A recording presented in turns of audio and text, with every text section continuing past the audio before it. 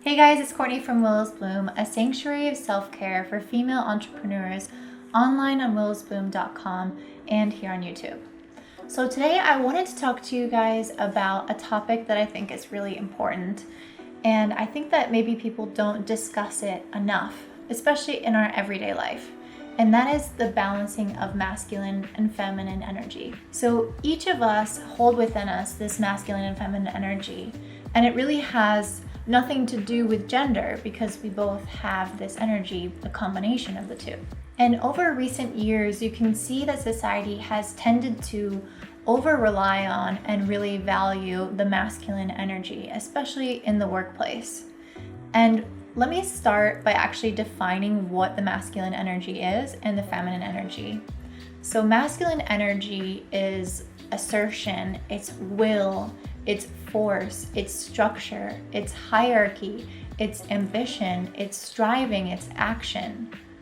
Whereas the female is the opposite. It's the receptive and attractive energy. It is the quiet energy. It is the container or the vessel. It holds space. It connects. It integrates. It reflects. And the reason why masculine energy has been so dominant in society is because it's helped us structure our current world. You can work harder to get what you want. There is this internal hierarchy that we've created. We have rules and structure all around us to help us, be safe and succeed in life. But this can take a turn for the worse when we overly rely on that masculine energy. So if you're always moving forward and you're not taking the time to stop and reflect and integrate the lessons that you've learned, you begin to make the same mistakes over and over again. And you start to develop burnout, which is something that we're seeing really commonly nowadays in this work culture. Burnout is everywhere. I listen to podcasts all the time where people are explaining how they don't know how to say no and set boundaries, and they wanted to keep working because they had this, kind of like workaholic mentality, and it never felt like it was enough. There were always more tasks to do. And so the remedy to this is falling back into our feminine energy. So let's take a step back and actually address the origin or the history of the masculine and feminine energy. Well, you can see that it exists in every aspect of life. Besides gender, you can even look at the energy of the yin and the yang symbol. Yin is the feminine and yang is the masculine. Or you can look at yoga, for example. We have the sun salutations and moon salutations. The sun salutations are the masculine energy where you're building heat. And then the moon salutations have a lot more squats. And so you're becoming more grounded to Mother Earth, and this is developing the feminine energy. You can even look to astrology. Each planet is given a label of masculine or feminine, and so you can actually see with the balance of your planets if you have more masculine energy in your chart or more feminine energy. Traditionally, the sun is the masculine and the moon is the feminine. So here you can see the masculine and feminine energy has historically existed for forever, and it appears in so many different facets of life besides just gender. So how do these energies start to permeate through society and affect us?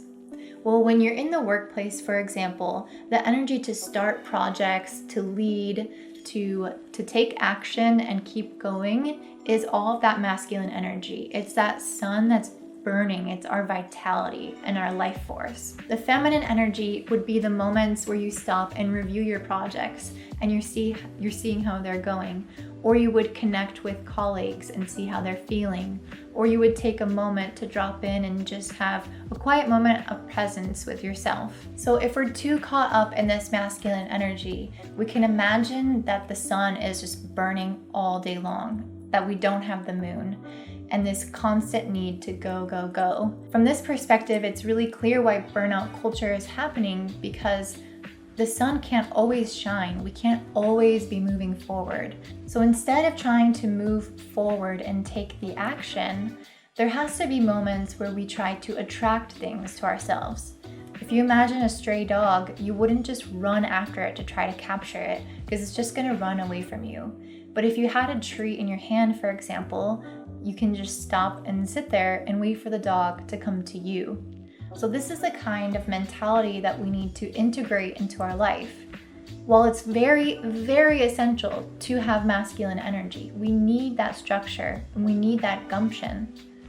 You also need to be able to attract things to you so that you don't use all of your energy and so that you don't waste your time by pursuing things that aren't actually going in the direction where you need them to go. That feminine energy helps us empty ourselves out, like as if we're a vessel, so we can be filled with intuition and with knowledge from source.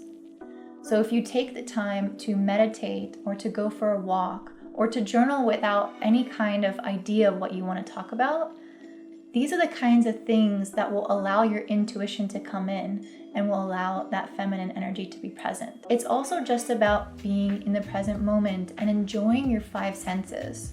So cooking a meal and really savoring the taste of the foods and the feel of the foods, or spending time with your loved ones and not thinking about what you're doing tomorrow, planning for the future.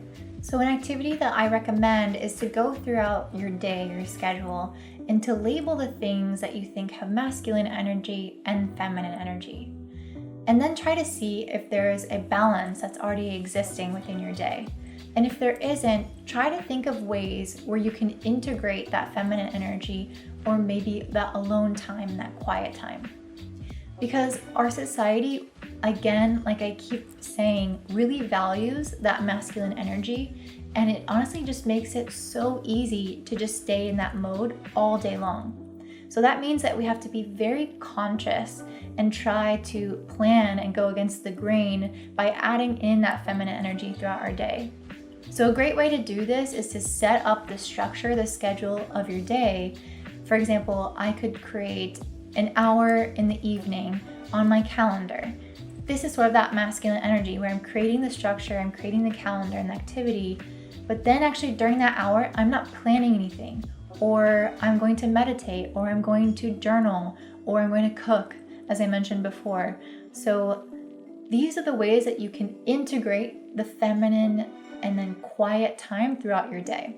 The more that you make time that's empty in your schedule, where you're really dropping in and listening to your feelings and your intuition, journaling and doing things that are just for fun or for no purpose at all, the more that you do this, the more connected and happier you will feel in your life. And it's also so important so that you can reflect on where your life is going so that you'll be happier in the future as well. If you guys like this video, then I think you might like my working with your menstrual cycle video.